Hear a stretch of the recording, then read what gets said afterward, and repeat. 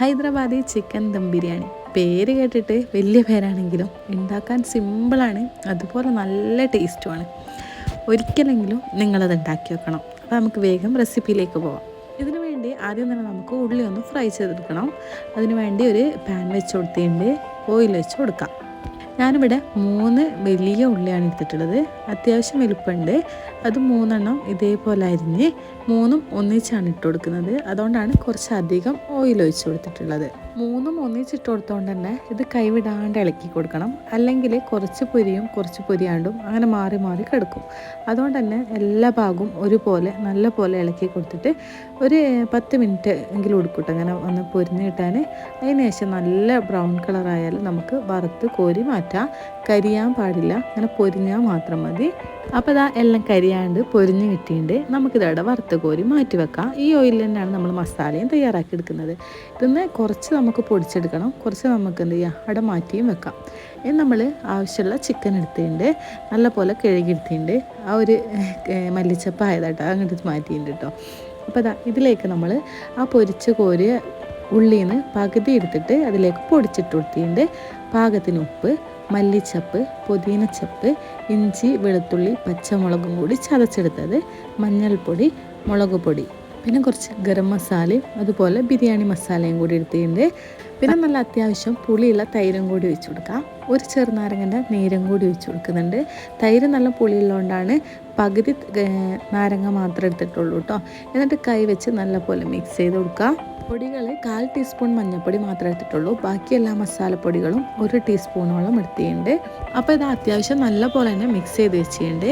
ഇനി ഇതിലേക്ക് നമ്മൾ ഉള്ളി പൊരിച്ച ഓയിൽ കുറച്ച് അധികം തന്നെ ഒഴിച്ചു കൊടുക്കുന്നുണ്ട്. ഫുള്ള് ഒഴിച്ചില്ല, അതിൽ നിന്നൊരു പകുതി ഭാഗം ഒഴിച്ചു കൊടുത്തിട്ടുണ്ട് കേട്ടോ. എന്നിട്ട് ഒന്നും കൂടി നല്ലപോലെ മിക്സ് ചെയ്യുക. ഞാൻ കുറച്ച് ഒഴിച്ചതായിരുന്നു, കുറച്ച് അധികമായി എന്നുള്ളൂ, പക്ഷേ ഇത്ര ഓയിൽ വേണേനു കേട്ടോ. അത് നല്ലപോലെ മിക്സ് ചെയ്തിട്ട് നമ്മൾ റെസ്റ്റ് ചെയ്യാനൊന്നും വെക്കുന്നില്ല. അതിന് റെസ്റ്റ് ചെയ്യാൻ വെക്കേണ്ടവർക്ക് വെക്കാം. ഞാൻ ഇത് ഡയറക്റ്റ് തന്നെ വേഗം തന്നെ കുക്ക് ചെയ്തെടുക്കുകയാണ് ചെയ്യുന്നത്. ഇനി നല്ലൊന്ന് തിള വരുമ്പോൾ നമുക്കിതിലേക്ക് ഒരു 1.5 ടീസ്പൂണോളം നെയ്യും കൂടി ഇതിലേക്ക് ഒഴിച്ചു കൊടുക്കാം.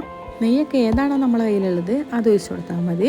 ഇനി നല്ല ഹൈ ഫ്ലെയിമിൽ വെച്ചിട്ട് നല്ല പോലെ മിക്സാക്കി എടുക്കുക. നമ്മൾ 2-3 മിനിറ്റ് ഇതേപോലെ നല്ല പോലെ തന്നെ മിക്സാക്കി കൊടുക്കണം കേട്ടോ. അപ്പോൾ എന്താ ചിക്കൻ ഒരു പ്രത്യേക ടേസ്റ്റ് കിട്ടും. എല്ലാം കൂടി നല്ല മിക്സായി ഇല്ലെങ്കിൽ മിക്സായും കിട്ടും കേട്ടോ.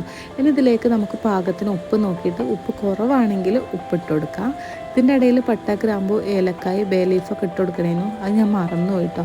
അതുകൊണ്ട് തന്നെ മൂടി വെച്ചതിന് ശേഷം പിന്നെ ഓർമ്മ വന്നിട്ട് പിന്നെ അതങ്ങനെ അങ്ങ് ഇട്ട് കൊടുത്തതാണ്. അതും കൂടി ഇട്ടിട്ട് നമുക്ക് മൂടി വെച്ച് അപ്പുറത്തെ അടുപ്പിലേക്ക് ഞാൻ മാറ്റി കൊടുക്കുന്നുണ്ട്. ഇനി നമുക്കിപ്പുറം ചോറ് വെക്കാം. അതിന് വേണ്ടിയിട്ട് ഞാൻ ബസ്മതി അരി 1 മണിക്കൂർ മുന്നേ തന്നെ ഞാൻ എന്ത് ചെയ്ത് വെള്ളത്തിലിട്ട് വെച്ചിട്ടുണ്ട്. അതൊന്നുകൂടി കഴുകി എടുത്തിട്ട് അവിടെ മാറ്റി വെക്കുന്നുണ്ട് കേട്ടോ. ഇനി നമ്മൾ ചോറ് തയ്യാറാക്കി വെക്കുന്ന പാത്രത്തിലേക്ക് ഒരു 3/4 ഭാഗം വെള്ളം എടുക്കണം. കുറച്ചധികം വെള്ളം എടുക്കണം. എന്താ വെച്ചാൽ നമ്മളിത് ഊറ്റുകയാണ് അരി ഊറ്റിയെടുക്കുകയാണ് ചെയ്യുന്നത്. അതുകൊണ്ടാണ് കേട്ടോ. നമുക്കിതിലേക്ക് പാകത്തിന് ഉപ്പ്, പട്ട, ഗ്രാമ്പു, ഏലക്കായ്, ബേ ലീഫ് അതൊക്കെ ഇട്ട് കൊടുക്കുക. 1 ടീസ്പൂണോളം ഓയിൽ ഒഴിച്ച് കൊടുക്കുക ഒട്ടിപ്പിടിക്കാണ്ടിരിക്കാൻ. എന്നിട്ട് വെള്ളം നല്ല തിളച്ചതിന് ശേഷം നമുക്ക് അരി ഇട്ട് കൊടുക്കാം. അരി കുതിരാൻ വെച്ചാൽ നമുക്ക് വേഗം തന്നെ കുക്കായി കിട്ടും, അല്ലെങ്കിൽ കുറേ ടൈം എടുക്കും കേട്ടോ. ഇതാകുമ്പോൾ 10 മിനിറ്റ് കൊണ്ട് തന്നെ വേഗം തന്നെ കുക്കായി കിട്ടും.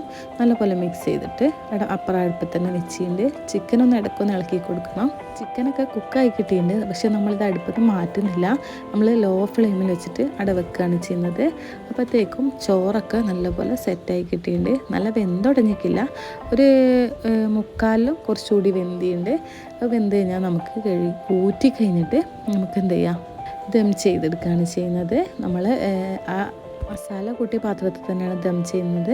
നമുക്കൊരു ലെയർ ചോറിട്ടിട്ട് മേലെ ഫ്രൈ ചെയ്ത ഉള്ളിയും കുറച്ച് മല്ലിച്ചപ്പും കൂടി ഇട്ട് കൊടുക്കുന്നുണ്ട്. അതിൻ്റെ മേലെ ഒരു ലെയറും കൂടി ചോറിട്ട് കൊടുക്കുന്നുണ്ട്. ഉള്ളിയും മല്ലിച്ചപ്പും കൂടി ഇട്ട് കൊടുത്തിട്ട് ഒരു 1/2 മണിക്കൂർ ഞാൻ ദം ചെയ്തെടുക്കുന്നുണ്ട്. പിന്നെ ഫുഡ് കളറാണ് ഒഴിച്ച് കൊടുക്കുന്നത്. ആവശ്യമുണ്ടെങ്കിൽ മാത്രം ചേർക്കുക, ഇല്ലെങ്കിൽ ചേർക്കണം എന്നില്ല കേട്ടോ. എനിക്ക് കളറൊക്കെ ഇട്ടാലേ ഒരു ഇത് കിട്ടുള്ളൂ, അതുകൊണ്ടാണ് കേട്ടോ.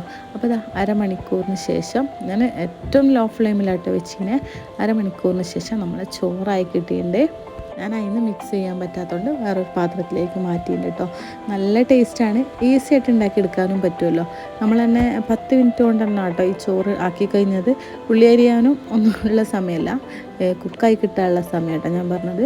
അപ്പോൾ ഇതാ നമ്മളെ ഹൈദരാബാദി ചിക്കൻ ബിരിയാണി റെഡി ആയിട്ടുണ്ട്. അപ്പോൾ എല്ലാവരും എന്തായാലും ട്രൈ ചെയ്ത് നോക്കുക, എന്നിട്ട് ഫീഡ്ബാക്ക് അറിയിക്കാം. ഞാൻ കുറച്ച് കച്ചമ്പറും അതുപോലെ അച്ചാറൊക്കെ എടുത്തിട്ടുണ്ട്. എന്തായാലും ടേസ്റ്റ് പറയാതിരിക്കാൻ പറ്റില്ല, നല്ല ടേസ്റ്റാണ്. ഞാൻ ഉണ്ടാക്കിയോണ്ട് പറയല്ല കേട്ടോ. എല്ലാവരും ഒന്ന് ട്രൈ ചെയ്ത് നോക്കുക, ഫീഡ്ബാക്ക് അറിയിക്കുക.